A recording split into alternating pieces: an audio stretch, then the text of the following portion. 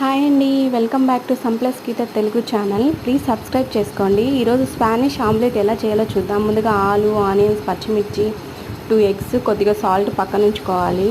Next stove on చేసుకొని pan పెట్టుకొని ఆలు, ఆనియన్స్, పచ్చిమిర్చి కొంచెం ఫ్రై అయ్యేలాగా వేపుకోవాలి.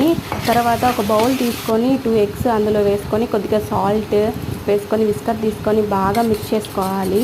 తర్వాత మనం ముందుగా వేపుకున్న ఆలు, ఆనియన్స్ని కూడా అందులో వేసుకొని బాగా మిక్స్ చేసుకోవాలి విస్కర్తో మిక్స్ చేసుకున్నాక నెక్స్ట్ స్టవ్ ఆన్ చేసుకొని ప్యాన్ పెట్టుకొని కొద్దిగా ఆయిల్ వేసుకొని మనము ఎగ్ మొత్తం అందులో వేసుకొని లిడ్ పెట్టుకొని ఒక 2-3 మినిట్స్ అట్లా బాగా కాల్నిచ్చిన తర్వాత మళ్ళీ రిటర్న్ చేసుకొని మళ్ళీ కాల్చుకోవాలి.